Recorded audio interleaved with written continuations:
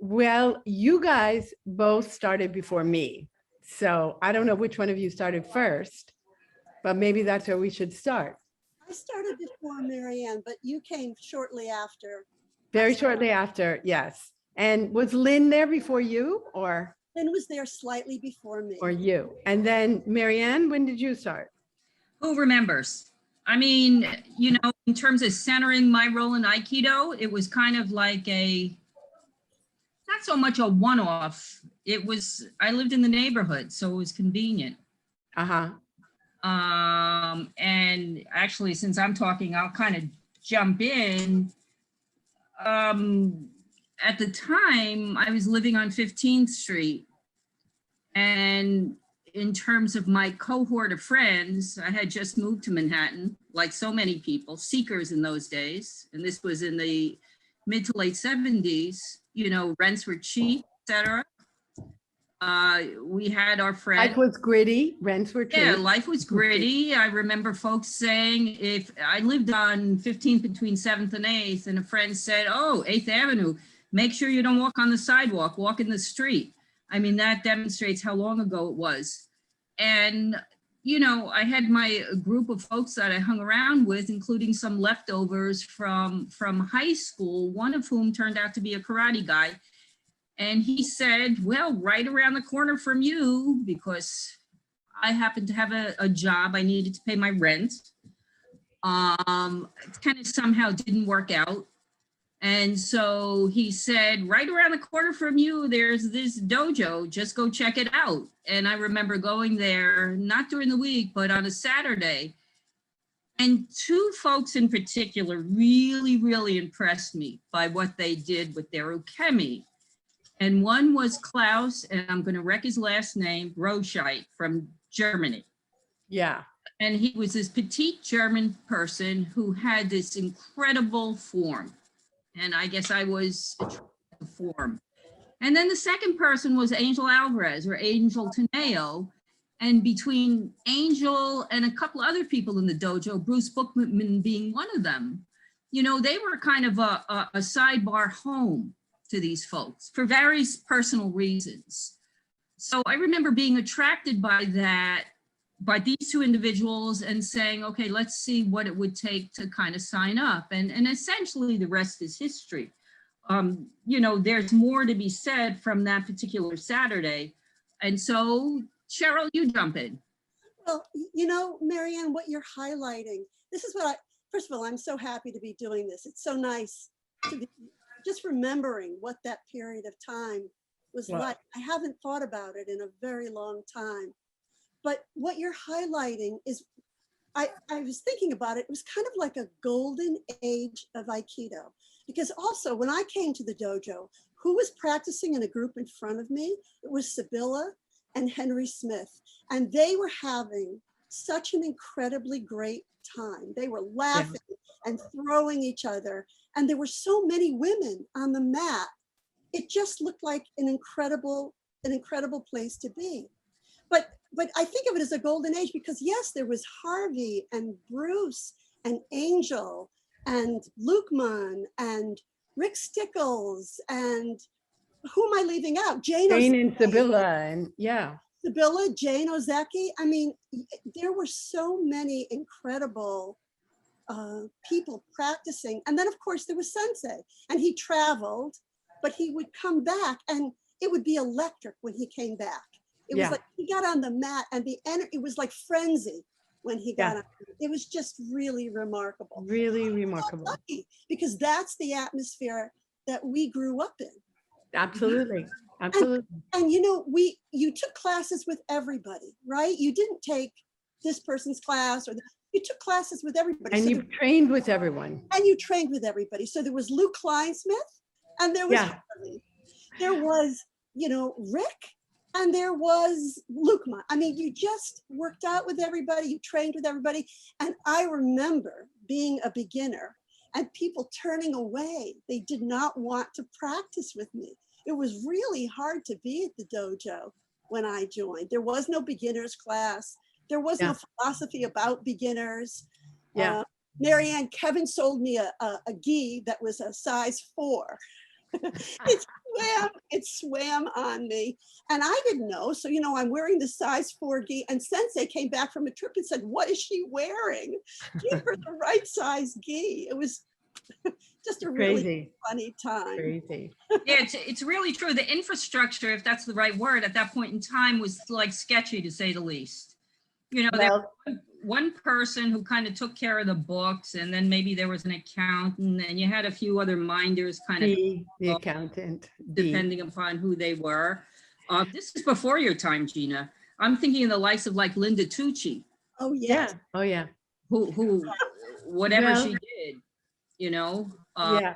So, okay, sorry, I interrupted, Gina. You Well, jumped. no, so that's okay. So I came because I was trying to be a dancer, and I had dancer friends, and my friends Tom and Jenny were dancing with Twyla Tharp, and there was another member of the Twyla company, Rosemary Wright, who said to me one day, I think you should really go look at this place on 18th Street. They do Aikido, and I think you would really like it. And she said that in 1974. And it took me a while to get there, but one day in 1975, I went to the dojo, and I went up the stairs, and I walked into a class at like 5:30 at night, and Sensei was teaching, and the energy in the room was just incredible. And I was like hooked immediately. I started the next day, and I became like as we could do in that time when we were young and free, a 3 time a day person. And, at that point, there were you guys and Lynn, and Chris had already joined, and Sibylla and Jane and Lynn Morrison. There were all these women that were so incredible. And it was just so much fun that it was just so much fun. It filled a huge gap in my life and became like the most important thing I was doing. So, you guys are all ahead of me, but we all soon became fast friends, and Yeah. we all became pretty fanatical about our training. So Yeah, the one thing that I do remember, again, because I did have this 9-to-5 job, which was always kind of bizarre. So I had to take classes around my schedule, which was obviously typically after work.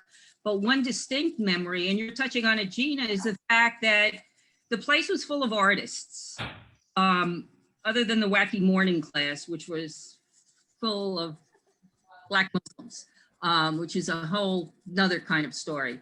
But plus others. yes, Jane. plus others, Yeah. plus others. Characters, for sure. And it was such a very, very vibrant space. And unlike you folks, I was a real physical nerd. So when I say physical nerd, it took me a long time to kind of be able to do a shoulder roll. I remember not only having bruises on my lower hips, maybe upwards of 5 or 6 months. It took me to feel really comfortable enough where I could do that. But obviously, either I was persistent / stubborn, the place was accepting enough where, despite the fact that it was surrounded by the likes of dancers and artists, I was still welcome. Which is a wonderful thing. With open arms. Yes. Yeah. I wasn't a natural either. It did not come easily to me at all. And it was hard. Yes. Aikido was so hard. I couldn't roll either. And I remember I had just started, and I was taking Luke Munn's class in the morning, which I don't know how I ended up there, but I was trying all the classes. Mm-hmm. And he put me with Frank Johnson, right? And I could hardly roll. After that, I couldn't come back for a month. I couldn't move. I bruised my shoulders so much but I did come back. There was something about the place. Yeah.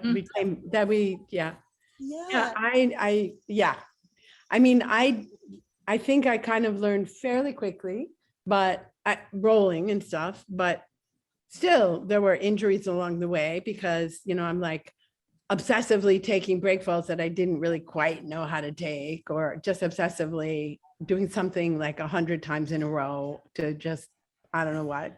And there were definitely injuries across the way. I remember I couldn't like lift my arm, or I remember cracking ribs like 3 separate times. One of them, Maryann, was with your husband, Robert. Mm-hmm. I think that was the first one, but Yeah. You know, we kind of like, then you would be injured and you'd be like, oh, I can't wait to get back. Right. Gina, I must say, remember my second husband. Because thing I did, and from time to time, this was in my very early days, you know, Aikido has really become professionalized with good reason. But I remember bowing in the mat in front of the picture saying, thank you for 2 husbands. But Maryann. you know, but also to be there during that time, because ultimately I did marry the first guy and that didn't last too long. And as a result of that, you know, I spent some time living in the dojo. It was very curious. I found myself being in charge of, you know, in other words, relationships became established, and you had to send out checks, you had to answer phones, you had to, you know, sign off on contracts, etc. And it was a little, you know, it was very homespun. It was very homespun, yeah. Yeah, sure. much like We all pitched in. We all had painting parties and Yeah. dojo cleanups and yeah, all of that detailing kinds of stuff, cleaning the yeah. showers, which always were mildewy, and you know, there was that piece of it, which really built a community. Yeah. Um, Yeah. And remember the party we had at Lynn's house where it was, I think, Peter's birthday, and she made that cake with No, the train. No, Gina, I think it was Steve's birthday where you gave Peter's him, birthday. I thought it was Steve's you gave him the hat with the wings on it, with the orange wings.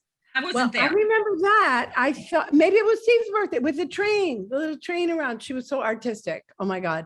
On, you know, in her little apartment on Action Place. Yes. yes. Yes, right near the Jefferson Market. Right. Yes. Balducci's. Yep. And Sutter's. Yes. And all those places that the Ninth Circle that are no longer there. And the jail. And the jail, which is now a library. Yeah.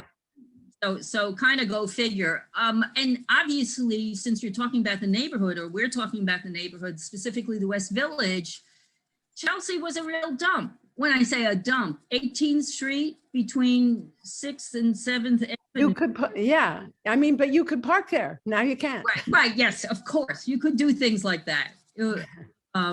So it's so curious to kind of watch, and obviously we're old enough to talk about this because we're describing what occurs over the course of upwards of 50 years, which is remarkable to think. So let's talk about our eating places. We went around the corner to the coffee shop with what's the waitress who everyone loved? Gloria. Right. Gloria was part of her finger. Do you remember that? Because someone threw a firecracker during Yeah. Halloween over a bridge, you know, a prank type of thing. And that was that. Yeah, it was that after morning class crew. Right. Yeah. And then there was the place on 8th Avenue and 18th, Spanish Chinese restaurant. Spanish Chinese Chinita. kind of. Yeah. What was it? Oh my Mi God. Chinita. Mi Chinita. We loved going there. Oh my God, that was incredible. That was incredible. Chinese Cuban. Chinese Yes. Cuban, exactly. Oh, And then there good. was Spanish. it was bar. the bar. Yeah, not the fancy bar, before the fancy bar, the one on the corner. Oh, what's the name of it? Oh no. That's Pete Saver, McSorley. I think it was McManus. If it was on McManus. 7th, where you would go for pictures of beer. And we'd talk about Aikido endlessly, and Sensei would come sometimes. Mhm. And I remember before the first time we were going to see Tamara Sensei, he kind of sat us all down and he said, Tamara, you have to watch him very closely. Everything happens in the first second of movement. And we were all like, okay, because we were going to summer camp and it was the first time we were going to meet him. And then we had that party at Carolyn's, remember? When he came, and then we had to go out and buy like a better wine or something.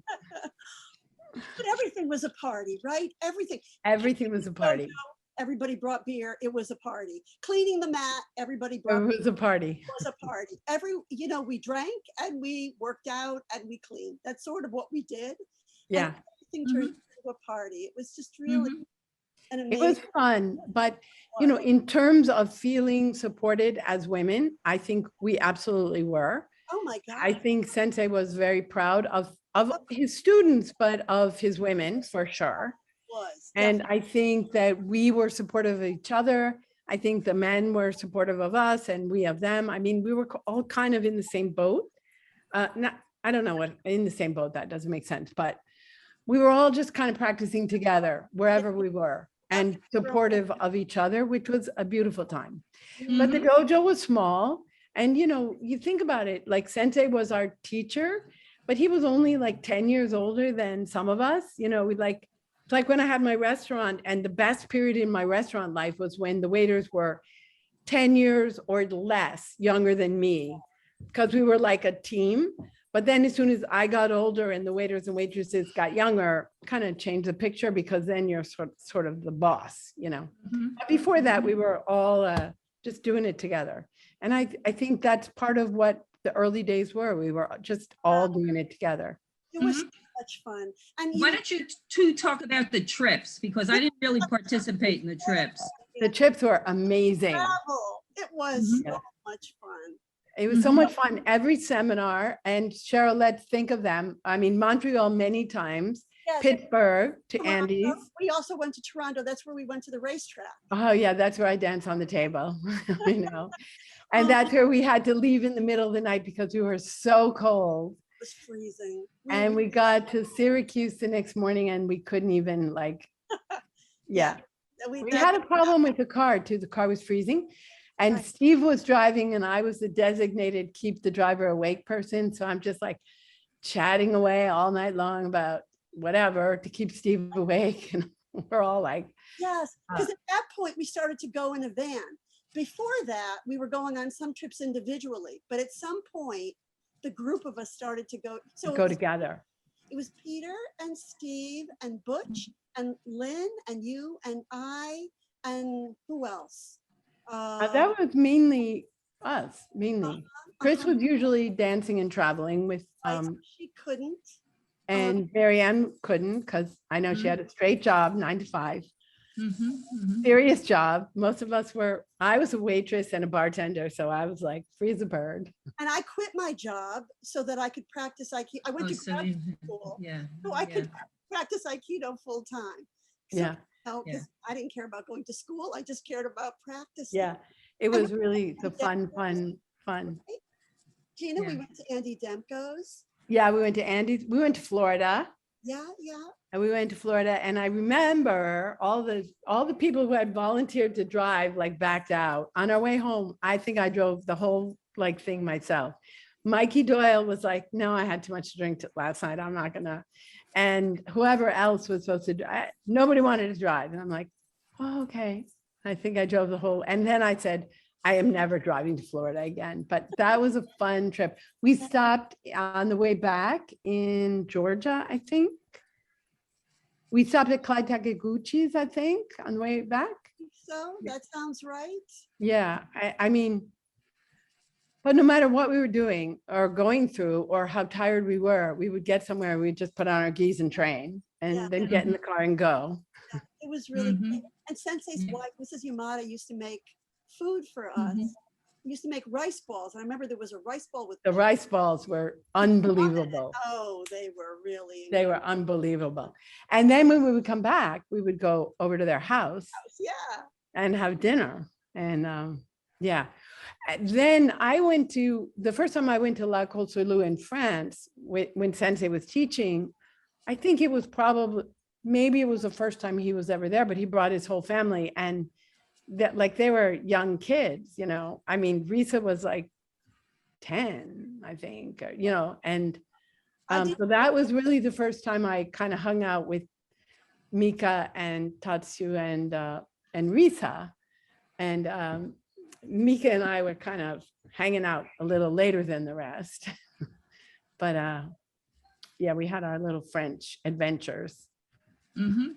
I mean, when we think about the kind of foundational context that helped to grow Aikido, obviously not simply in New York, but internationally, a lot of stuff did take place in homes and restaurants and bars.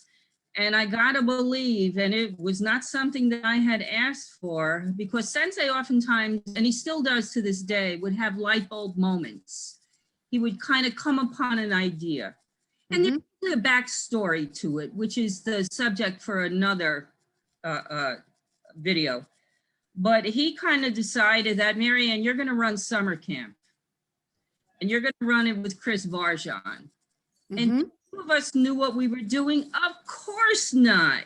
But the one thing we did do is, to the best of our ability, make it fun.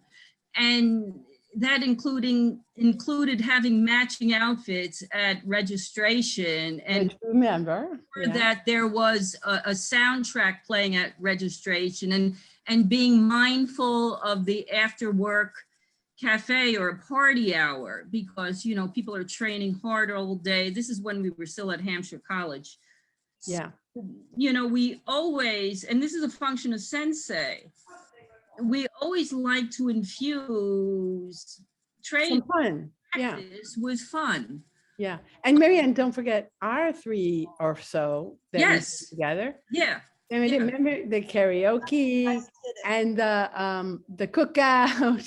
Mhm. I was more in charge of the food events, but Maryann was always the brains behind the deal. Well, no, I don't know about that, but the one thing that happened from that first camp, because up to that point in time, they were controlled by Boston. Again, whatever politics, I don't care about the politics, but you know, they had their negotiation, and Then we alternated for a while. yeah, we alternated, yeah. Wow. And Sensei was so grateful that he opted, and why he did this, but it probably has mostly to do with cultural. He was so pleased with the outcome of that particular camp at Hampshire that he took Chris and myself to Tokyo for a couple of weeks. Right. To spend time in an apartment with Sensei. It was kind of neat. You Is know, there anything more you want to say about that? trip, well, Maryann? Humble Dojo was spitting distance. We spent time with his family. We went to a lot of tonkatsu joints, you know, Mhm. etc. Mhm. It was really a lot of fun, but we were also being introduced, because there was some international la-di-da taking place. And IAF thing. Chris and I were introduced as the reporters, because, you know, we had to have a professional role. And so that was kind of deemed to be our professional role. But, you know, to say that Yamada Sensei is generous is an understatement in capital letters. That's just one example Yeah. demonstrated. We went everywhere with him. I mean, restaurants and Yeah. to his home, and We had so much fun. Yeah. we did, and he was incredibly generous. He never let anybody pay for anything. He took care of everything. We were really like his, you know, I think part of what it was is that the dojo had been a really wild, crazy place. And not that we weren't crazy, we were, but we were somehow more stable than people that had been there before. Because we heard stories endlessly from Harvey and from Sensei about you, I mean. And Mike Abrams about. Yeah. Hey, Tom. Anyway, I just think when our group came along, it coalesced into a group that practiced all the time. We traveled with him. Gina, I think you're right. He was so proud of us, men and women. He really. Do you remember the summer camp where they had, it was a Boston summer camp, but they had 5 days and 5 days, and we all went for 10 days. And like, I know you did, and I did, I think Chris did, Maryann, I'm not sure. Yeah, probably. But maybe it was that Newburyport, maybe, I'm not sure. Somewhere, but 10 days, and it was like, you couldn't not take a class, even like the 8 o'clock at night class and the early morning class. I mean, literally, you could not possibly eat enough to keep up with your metabolic needs, and all we did was train. And it was exhausting, but it was so exhilarating. And every different Shihan that we came across was so exciting, you know? Yeah. You know, I'm so glad you're touching on the instruction part, because obviously, you know, we spoke about the kind of community Sensei wanted to cultivate and support, and how generous he was. But I would suggest, far and away, at the risk of making trouble with the folks on the West Coast or who knows where, Don't make trouble, Maryann. I think he likely produced some of the best students who turned into instructors, and whether they stayed here or moved elsewhere. Again, with all due respect, not taking away from any other particular dojos, but pound for pound, I think the New York Aikikai has likely produced more instructors of quality than anywhere else. And, you know, there's all kinds of styles. Sensei always stuck to traditional O-sensei Aikido. Yeah. And Well, no, but the thing about Sensei also is that he let us go teach, go train with other people. He never said, you have to look exactly like me. And he really let us kind of go. I went and traveled and studied with lots of different, with Tamara, with Chiba, with, you know, lots of different people. And he really had no problem with that. He was just like, oh yeah. He speaks, that really speaks to, I think New York was the right place for him to land. It was, yeah, for the right, and the right place for us. I mean, there's no need to compare and like talk about who's got more better, you know, because that's just pointless. But Right. I think we had a great experience, and I am forever grateful for that. Yeah, yeah, it was really an amazing time. Yeah. So I don't know. You know, it was kind of a bubble though, right? If you think about it. Well, we were young too. I mean, we were all in our 20s. Like, We ate it, we drank it, we slept it, you know, wherever Yeah. we went and met people, all we talked about was Aikido. It was, yeah, so it was like learning a language where it was like immersion, right? Everybody was so into it. And that's all you thought about. That's all you did. That was kind of that's what we all did. yeah. It was really, and Maryann, I do remember you coming in after work in your little suit, looking all dapper. The rest of us were really Oh, scrappy looking. Yeah, matching heels. And Yeah, little, you know, Maryann in her little suit. well, I did tell you, and maybe it's somewhere in this house, because at that time I was working for a multinational company, and you know, they have annual reports and they always want to feature the blobbity workers. And I remember the photographer and publicist actually coming to the dojo and taking a picture. You know, I didn't make the cover, but I was inside, you know, throwing somebody, you know, Yeah. next to that was, you know, something Yeah. I do in the workplace. So, you know, it did take that measure. And also, this was also during the time when people weren't working out. Running marathons was not a big deal. Staying fit was not a big deal. You know, all of that kind of stuff was just kind of coming into play. And now, you know, if you look at various workplaces, they will reimburse your gym fee Yeah. or whatever. Wait, do you remember, Maryann, when Robert and I went out to a restaurant, maybe before you were dating, but you certainly. Yeah. And I've we, heard that story. the René Pujol, and Mhm. we had a little French dinner, and we were talking about Aikido, and then of course we were closing down the place, and we started talking to all the waiters and everybody, and we're talking about Aikido, and they wanted a demonstration, so we moved the tables aside, and Robert is throwing me, and I'm like taking breakfalls on the wood floor or whatever. But it was so much fun. It was just kind of typical of, we would just do anything anywhere. And and actually, you know, when we talk about these elder teachers, I'm thinking of Hal Lehrman, for example, when that movie Hair came out. You know, Well, that's Tom and Jenny and Twyla Tharp, yeah. right, based on the play, but you know, the folks in the dojo and this. Hal got a cameo little role there out of Yes. it. Yeah, I mean, there was a certain kind of, I don't know if anybody got producers credits for it, but all of that existed too. Well, they shot that on a hill. I remember at Central Park. Yeah. Yes. Harvey was in it. Peter was in it. Steve Yeah. was in it. I don't know if Everybody got cut except for Hal. except for He's got one role. Yeah. But the movie's great. Tom and Jenny are awesome. Were they in it as well? Yeah, they're in her company. Her company did all the No, dance. her company, I know, but in the movie. Yeah, they're in the movie. Yeah. It's a great movie. It's really fun. It's very long. It's like 3 hours long. Right. But Were either of you at Governor Dummer when I was Peter with and Steve and Rob took their black belt and James? yes. Do you remember, Gina? We were I don't know if you were with me, but we were up in the bleachers in this gym. And the place was electric. It was like on fire. I think it was the weekend and people we were there all week, but then people came for the weekend. I forget who. I think Mike Schloss came. Mike Schloss. People arrived and they took their tests and it was just so dynamic. Exciting. So incredible. The place was just on fire.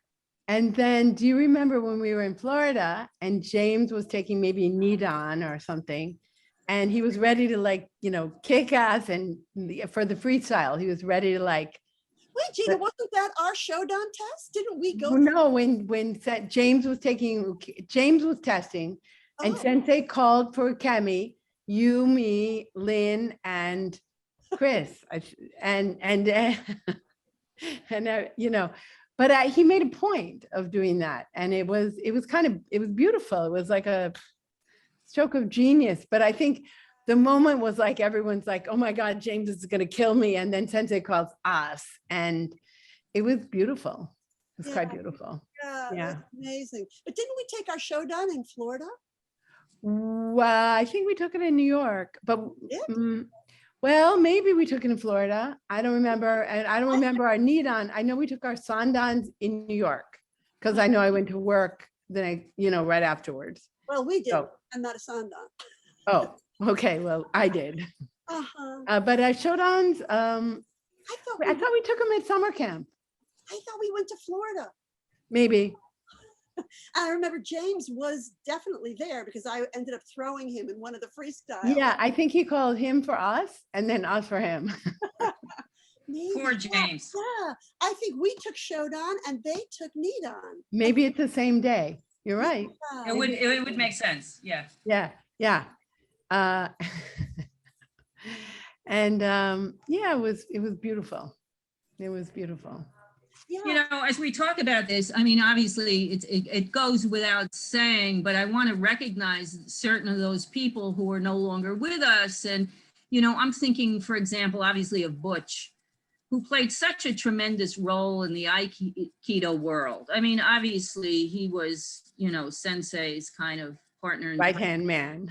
Yeah, right-hand man, whatever those two. He was my specific torturer. Shenanigans. Yeah, there was all kind of things going on. But there are obviously so many others who are part of the Aikido world. I mean, obviously, my Sensei. We've lost a lot of wonderful, wonderful people. Yeah. It's just kind of remarkable to think of. Kabila died so young. Oh yeah, I mean that's an obvious one. There's Phil Ozeki, of course. Just all too many people. There's I mean, Jane is still alive, but I mean, Jane who trained and then went off to the hospital to have her baby, on the same day. Right, that's correct. Pregnant. Yeah. Nobody. She was pregnant. Just trained in the morning, had a baby in the afternoon, all in a day's work. Right. That was unbelievable. Yeah. What was the name of the hamburger place near Butch's apartment? There was a little bar where you could get right next door. You mean right next door? Oh yeah, that was a great restaurant. It wasn't a burger place. No, it was a bar, and they had bar food. Yeah, it was a bar and bar food. I love that place. Is it a French place? No. Sure. Oh geez, I can't remember, and it'll never come to me. Yeah, but that was a good place. It was a really good place. Yeah. Remember the Thanksgiving? Wait, hold on. The Thanksgiving at Butch's? I mean, let's not go into all detail, but. Right, because whoever hears this are going to think more time having fun. But we did, but we trained before and after. Well, see, that's exactly right. And the kind of I mean, obviously relationships that occur that kind of filtered out to children, you know, that participated in these generations, in these various activities, you know, so Yeah. it's a remarkable kind of thing. You know? Yeah. You know, Risa was my babysitter when I first had my kids. Oh my goodness. No, I didn't know that. Yeah. Yeah. Oh, if I can lean back, I just got that. I guess I wasn't watching.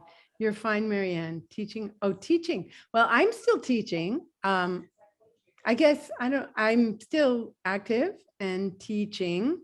I had a bunch of seminars that were canceled last year because of COVID, as for everyone. But I recently taught a wonderful mountaintop seminar in Virginia. Oh, wow. I was a little freaked out about the whole mountaintop camping, like glamping, weather, cicadas, ticks, snakes, bears kind of thing. But it all was just a lovely, lovely experience. And it's Brian Erickson's dojo, Heaven and Earth.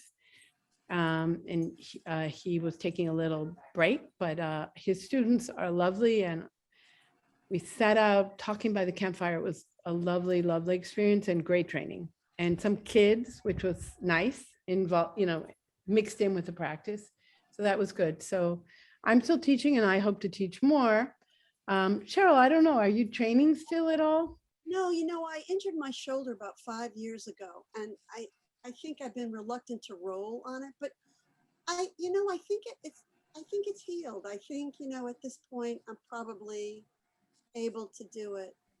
But so I'm definitely thinking about Good, it. good. Maybe we'll all meet again. Maryann, are you game for it? Well, no, you know, just in terms of my history, when we moved from Manhattan to Brooklyn, I spent a lot of time in Hal's dojo, Yeah. which, you know, at that point was somewhat of a startup, and, you know, I was teaching classes there, et cetera. And I was kind of in between children. I mean, you know, I was having children, they were little and I wasn't really working. And then I started doing volunteer work, the part-time work. And since I bailed from the workforce to have these kids, you know, I guess I made a concerted decision to devote myself to my career rather than, you know, having distractions from that. And Lord, Is that like, Sophie, shall I go for the big bucks? yeah, kind of, sort of, you know, and it was, I don't know if the word is ironic. Maybe Carolyn had just had her baby or was about to have her baby. And I was thinking to myself, holy crap, kids, who wants kids? But after I had my own, I kind of changed. And so Aikido was somewhat the casualty, which is not to say I don't, you know. Not to say you couldn't jump back in. Well, yeah, there's no doubt about it. I mean, I had a hip replacement and Yes. you know, I'm on 5 months now. Mhm. 6 months is kind of my marker, but Mhm. I managed to, You're feeling okay? yeah, I'm feeling great. Yeah. That's great. And Yeah, I yeah, think, yeah, yeah. yeah, I think you just have to focus on getting back. I mean, yeah, there's a Yeah, fear sure. factor for sure. Think about And- when we were younger, Gina. Sensei sent us all out to teach at various times. Right. That's true. Do you remember the name? There was like a little, like it was like a boys and girls club where Bed Bath. Yes. So I taught there. The for- door. The door. The door. Yeah, Yeah. I did too. And Yeah, it he was sent us fun. out as emissaries, right? And Yeah. there were more demonstrations at that time. Because Yes. I remember going up to Columbia with Yep. Matthew and maybe James and doing a demonstration up at Columbia. Yeah. So I don't know if those things still occur. I don't think as much. Not as much. But Remember there was a demonstration when Rick was throwing little Karen and oh my God. everybody booed because he was throwing poor little Karen. And he was just throwing her and she's bouncing up from these falls and he was like, boo. They were high school kids, right? And it looked like he was beating her up. That was very Yeah, and yeah. Anyway, well, it was all good and it's still good. So you women can join me on the mat anytime. We can all meet in New York. That sounds like a good. I think we should make a plan. And Maryann, you could do it. I know Yes, you I had, know. I know you only had a hip resurfacing and not a replacement like me. Mhm. But, you know, lots of people have had hip replacements and go back to No, doing you're right. completely everything. I'm not quite there yet, but I'm almost. You're Yeah. right. And Cheryl? Yeah, no, I'm definitely. Yeah.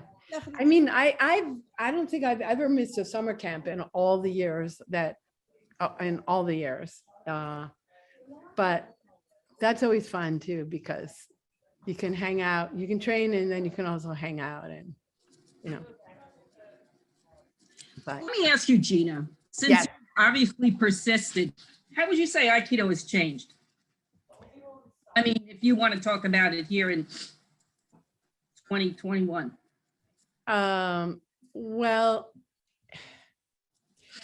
you know, our period of time, it was a very small group. And I think like with everything, that's a very special time. It gets bigger, it gets more expanded, people change.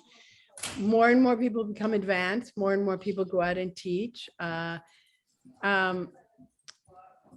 Just like with cooking, you know, when you're a chef and you're teaching people and you want it to be exactly how you do it, you have to be there every second to make sure it's exact, because if you're not, a week later, it changes to what their taste is. You know, Mhm.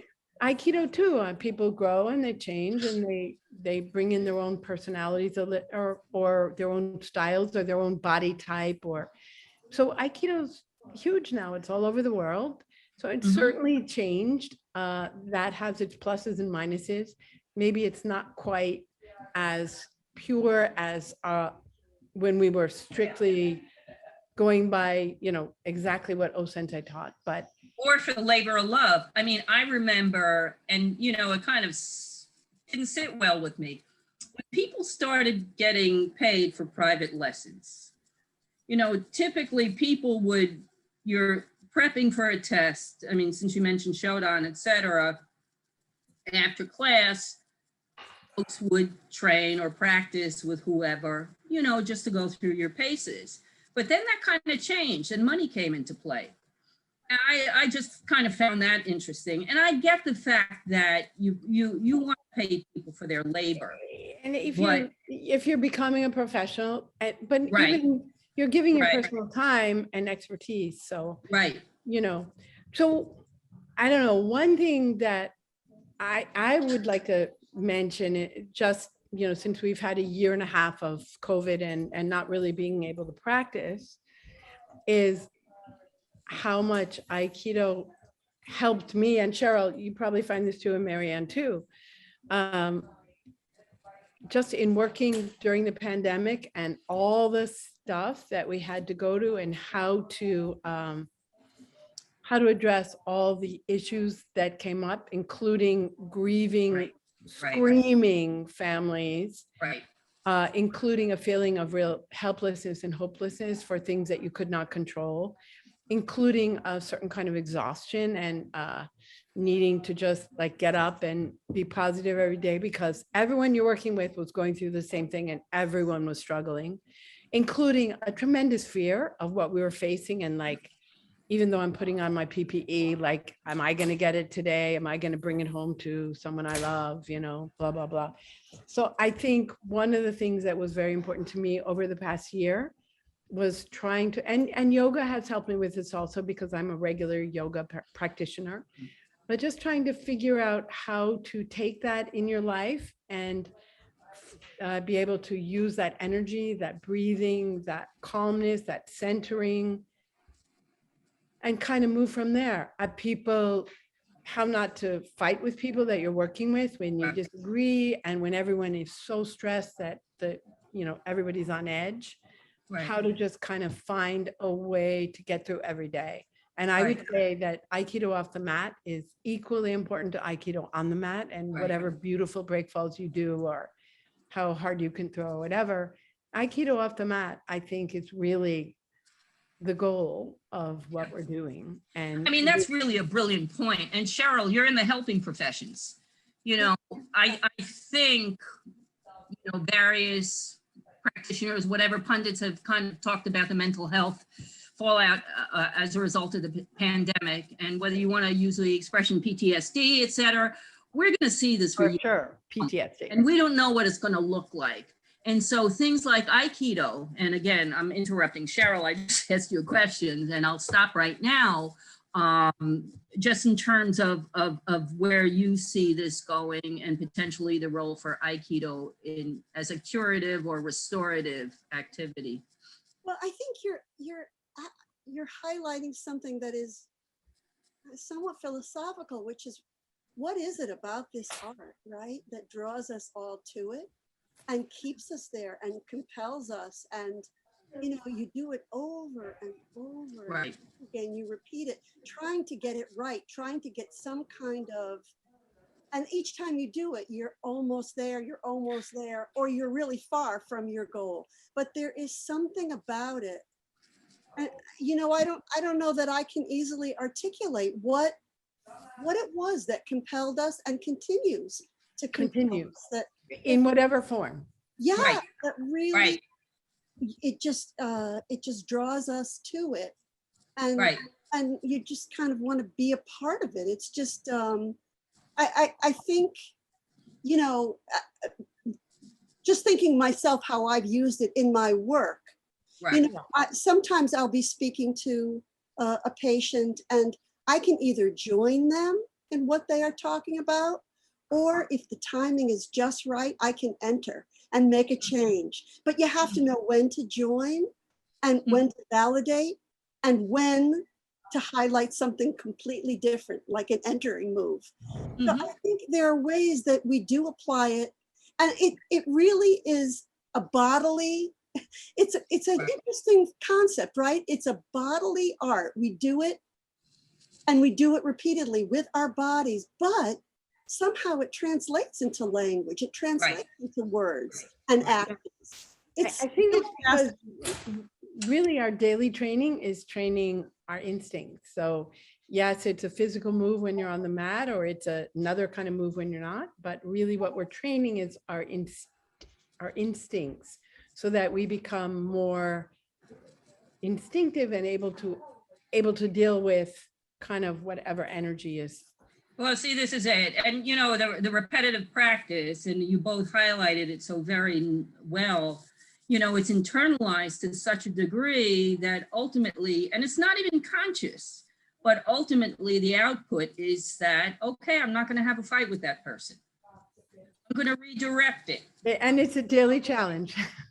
Well, of course, it's, but I think it has to have, Aikido has to have played a role, in our behaviors. Yeah, Maryann, you're highlighting something so important that I hadn't even thought about. It's relational. You do it with a partner. You don't do a kata by yourself and practice over and over, but you do it with a partner, and you feel your partner throw you and you throw your partner. There's something about that dynamic that makes Aikido, I think, incredibly special. Right. And however corny, it's the art of love, and circling back to my DEI work, and it's not just checking a box, etc., but it supposedly, if it's done really well, you have the capacity to learn about yourself as you learn about the other person, regardless of their difference. And absolutely. How do you realize that radical love? I think that's hitting the nail on the head. It's really about learning about yourself through other people and learning instinctively how to cope and deal and enter or think on, but how to deal with life and whatever it throws at us. Sure, it's easy to say that other person's a real fucker, but we resist that and we try to appeal to our better angels, We do. So yeah. On a daily basis, we do. Yes. Who knows if O-sensei ever really thought of the things that we're talking about, but it's something really primal, right? Because the earliest, when you think about it, earliest relationships are between a caretaker and a baby, right? That's the earliest relationship. And everything gets learned in those early years. You could argue Mhm. that. And so Aikido happens in a relationship. And a lot Mhm. of times I have to say, I'll be working, or I'll remember times working with somebody, and there'll be things that they're doing that are driving me insane. But if I think about it long enough, it may very well be something that I do that's driving me crazy. So Mhm. you, Mhm. it's just really interesting what comes out of working with a partner. Well, yeah, I think what you're describing, it promotes a certain degree of self-awareness, in terms of what my particular role is in this relationship, and how can I change it? Because remember, we all have our behaviors and we all have our habits. Yes, and we don't really change anyone. We only can change ourselves. Exactly. That's exactly right. Changing ourselves, however, is a choice. Right. Right. Right. It's such a difficult art, right? It's such a difficult art. Yeah. You can do it for so many years and not be able to do it the way you want to do it. That's what gives it its longevity and appeal, is that it's never done. You just keep going. Think about a Well, ring. I'll throw another word in. It's magic. There's something about, that transcends our objective emotions, all our brain stuff. It's just something that goes beyond that. And it requires a lot of trust and obviously persistence and a continuance, but we've gotten there. Well, no, it's a journey, right? It's what's that goofy expression? It's not a sprint, it's a marathon. So, Yeah. Well, so we have known each other for how many years? Like almost 50 years through training. How amazing is that? Like, who could have believed we were all like in our little sprightly 20s? yeah. Yeah. Wait, am I the oldest? I think so. Not by much. Not by much, but I think I am. About the same age, I think. Anyway, we met in our 20s and it's pretty remarkable. For me, all of my best friends are from Aikido. All the friends that I'm friends with today are really from Aikido for the most part. And that's a gift for sure. Yeah. Yeah. Yeah. In my living room, there's a painting by Harry. There's a painting by Harvey. And there's Harvey's painting over there, right there. Right there. Of you, Gina, and Chris. Yeah, me and Chris. Yeah. That is the most incredible, Yeah, it's pretty amazing. Yeah. Yeah.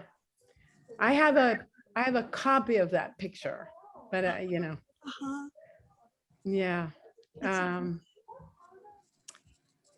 Yeah, and we've seen each other's families, your families grow up and evolve and all that. And our hearts are heavy sometimes with some of the things. But well, once again, what goes on at the dojo obviously represents life stuff. Yeah. And with that, there's pain associated with it, not simply in Cheryl's shoulder, but in your heart, many other areas of life. So sure. And we have to, I'm just drinking water now, raise our glasses to Sensei. Persistence over the years, and how he's done his best, and sometimes in spite of himself. Because once again, I don't think he was necessarily conscious about what he was after. He just had this kind of cohort of people, and he was kind of thrust into this particular world, and this, we're the byproducts of that. So we are, and we were really so lucky to be at that place at that time. No doubt about it. Together. Yeah. Incredible. Yeah, like I say, guys, let's drink a toast. Yes. Mine was serendipitous, kind of going there. Well, mine too. I mean, I literally walked in one night and joined the next day. So, really amazing. Yeah. So I see the Harvey painting right behind you. Yes, right up there. Yeah, Yeah. That was when he was in his Native American phase. yes, right, right. Yeah. I have Harvey's sword. I bought from him early on. I remember telling my parents, oh, at Thanksgiving dinner, I bought a sword today. They're like, what? But I have Harvey's old World War II sword Wow. that is very heavy for me and a little too long, but Oh, that's the one thing I have to throw in. I mean, since you mentioned Harvey and of course Harry, and I'm thinking like Ed Peteroy, some of that, when they would get together, they were funny and hysterical. funny. Oh my goodness. And you threw an angel who couldn't tell a joke to save his life. And I remember somebody at some dojo party, somebody wanted to change the music and Frank Johnson had a shift it. There were all of these various characters. Yeah. Definitely. Actually, came Sam out. is quite a storyteller. I mean, he used to keep Yes. just, story after story after story, and so funny. Yeah. Yeah. Quite a Yeah. talent. Yeah. What a talent. Yeah. Are we missing anything? I mean, is there anything that we've neglected to mention in this kind of wide? Well, I'm sure there's some people who we haven't mentioned by name who are definitely a part of our How about upbringing. Harmony? Remember Harmony? Harmony, yeah, she's a painter. I think she still lives in New Mexico. I think She was so, yeah. wonderful, and there was Mark Dillahunt. Mark oh, Dillahunt Mark is another Dillahunt one. was a big part of our, Yeah. and of the earlier women. I mean, there was Kitty Kitty, Yeah. Kitty Cook, and Marsha, Marsha. Mhm. of course, Lynn and Sibylla and Yeah. Jane And Braymeyer. and Bray. Braymeyer. Yes. Yeah, lots of people. Trying to think of women in general. Amy Gristidi. Amy Gristidi, she was a big part of it. Yes. She was. Again, well, we were non-respecting. We took everybody. Yeah. Yeah, no, we took everyone was welcome, including a few. Lee. What about Lee? I'm tapping.